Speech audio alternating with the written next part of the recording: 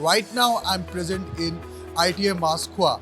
So I'm being joined by Indrajit Das, and I can see some vintage collection over here. So I'd like to ask you, like from where you got all this collection?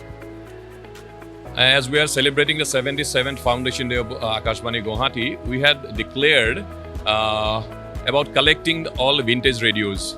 So people from different parts of Assam, they sent us the pictures of their radios, and then we have selected 10 radios among them, and then we have now displayed all those 10 radios. And I just want to show you, and the owner is Lambodar Bordolo. He is 93 years of age. He is from Tezpur. He has donated this radio to Akashvani Guwahati. And then this one is of 1962. This radio is of 1955. And displaying all these 10 radios, we have displayed the pictures of other radios that people sent their pictures up to 1970. Because almost 500 people send pictures of radios, then we cannot display all those pictures here. So we have taken a limit up to 1970, then displayed the pictures here. Regional News Unit is organizing this seminar on the development prospects of Assam and the Northeast. And after that, from the program side of Akashvani Guwahati, we will be presenting Huror Khorai. Participant will be Bidut Kumar Mishra, then Miranda Chaudhary, Doli Ghosh Saidhya and Pulak Banerjee. They will perform today. Well, I'm being joined by the Executive Director of Assam's AIMS, Dr. Asokji. So what do you want to say? देखिए, मुझे यहाँ जो बुलाया गया था वो आकाशवाणी के 77वें स्थापना दिवस के प्रोग्राम पे और 68वां रीजनल न्यूज़ के प्रोग्राम पे मैं एक इनवाइटी था यहाँ पे, और मैं बताने आया था कि हेल्थ सेक्टर में क्या स्टोरी चल रही है। मैं आप लोगों को बता दूं कि पिछले साल यहाँ पे चंगसारी गुवाहाटी में आपका एम्स का उद्घाटन हो गया है प्रधानमंत्री श्री नरेंद्र मोदी जी द्वारा, और आपके डोर स्टेप में सारी एडवांस सुविधाएं उपलब्ध है। कुछ डिपार्टमेंट हैं जो हम अभी खोलने वाले हैं, और बहुत ही जल्द आपके सामने 750 बेडेड टर्सरी हॉस्पिटल होगा, जहाँ पे advance stroke care, health care, bypass operations और रीनल ट्रांसप्लांटेशन और लिवर प्लांटेशन की भी पॉसिबिलिटी है 2-3 सालों में।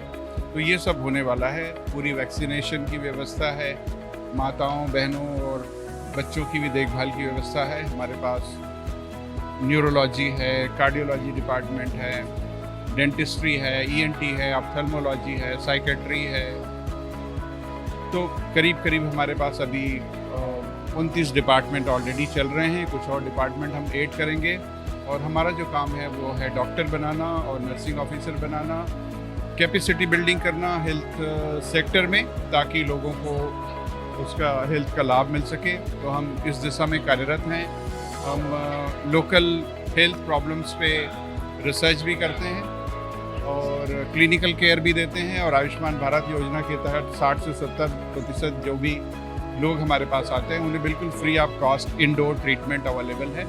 आउट पेशेंट्स में बहुत ही कम दरों पर सारी सुविधाएं उपलब्ध हैं, सारे इन्वेस्टिगेशन उपलब्ध हैं, हमारे पास एडवांस इमेजिंग फैसिलिटीज़ हैं, और आगे हम इसका और विकास करेंगे। और किसी को भी यहाँ से कलकत्ता, बॉम्बे या दिल्ली नहीं जाना पड़ेगा, चाहे वो कैंसर ट्रीटमेंट हो, चाहे वो कॉकलियर ट्रांसप्लांट हो, चाहे वो रीनल ट्रांसप्लांट हो। तो बहुत जल्दी आपके डोर स्टेप में आपके सामने ये सारी स्वास्थ्य सुविधाएं मिलने वाली है। और आसाम ने बहुत प्रगति करी है एनीमिया को कम करने में, माताओं के मृत्यु दर कम करने में, बच्चों के मृत्यु दर कम करने में। और यहाँ कुछ समस्याएं हैं, जैसे ड्रग एडिक्शन की समस्याएं हैं, HIV की समस्याएं हैं, वो सब समस्याओं के निराकरण के लिए हम काम कर रहे हैं, और बहुत ही जल्दी इसके परिणाम आने वाले हैं। और सबसे बड़ी खुशी की बात है कि पूरे नॉर्थ ईस्ट के लिए एक ये बहुत बड़ा टर्सरी केयर सेंटर का काम करेगा, जहाँ पे उच्चतम स्वास्थ्य लाभ लोग प्राप्त कर सकेंगे। सर, अगर मैं बात करना चाहूँ तो इंफ्रास्ट्रक्चर डेवलपमेंट की, तो ऐसा आपको क्या लग रहा है कि आगे आप लोग ऐसा इंफ्रास्ट्रक्चर?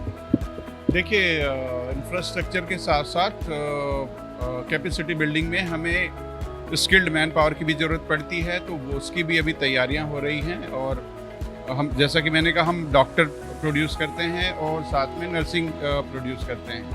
तो अभी स्वास्थ्य की सेवाओं के लिए स्टेट लेवल पे भी बहुत सारे काम हो रहे हैं। जैसे आपके हर डिस्ट्रिक्ट में करीब अभी तक 12 मेडिकल कॉलेज हैं, वो बन चुके हैं, शुरू हो चुके हैं। और रूरल हेल्थ मिशन चल रहा है गवर्नमेंट का, अर्बन हेल्थ मिशन चल रहा है।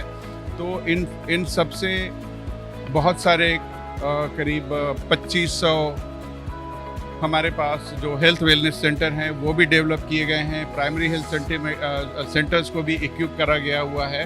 तो बहुत सारी नई सुविधाएं लाई जा रही हैं और डिजिटल मैपिंग के द्वारा सब लोगों को कवर करने का प्रयास हो रहा है। दूर दराज के लोगों को भी स्वास्थ्य सुविधाएं दी जा रही हैं। और तो और हमारे पास अब ड्रोन सेवाएं भी शुरू हो गई हैं, जिनसे हम लोगों को वैक्सीन पहुंचाना है, दवाई पहुंचाना है, या कोई लेबोरेटरी इन्वेस्टिगेशन करना है, कोई एपिडेमिक इन्वेस्टिगेशन पे सैंपल कलेक्ट करना हो, तो वो सारी जो उच्चतम विकसित सुविधाएं हैं वो मुहैया करा रहे हैं। Guwahati Airport's head environment department person is with me. And first of all, we'd like to know about your introduction and what do you want to say about the development in the airport section? Hi, I'm Siddharth Fukan. I'm heading the Environment and Sustainability Department in Guwahati Airport. See, there are a lot of developments as compared to the earlier, Terminal 1 that we're having right now. See, this will come up probably in the next year. So this will be at least 6 times larger than the existing ones. We're having this runway expansion. We're having these RETs that are coming up. It will be one of the gateway to Northeast. So I would say people would be very much proud to see that this has come up in such a beautiful way. And we have a lot of visions. For example, I'll just tell in short. Like we'll start very early. Our early flights will be there, so that people can go to Mumbai supposedly and they can come back within 24 hours. We also have our international vision. Like we can go to Bangkok, we can go to Vietnam, we can go to Malaysia, and you need not go to Delhi and just deroute yourself. You can directly take it from here. And third, we also have this cargo vision is there. Okay, in that, जो भी लोग the farmers they are producing like vegetables are there.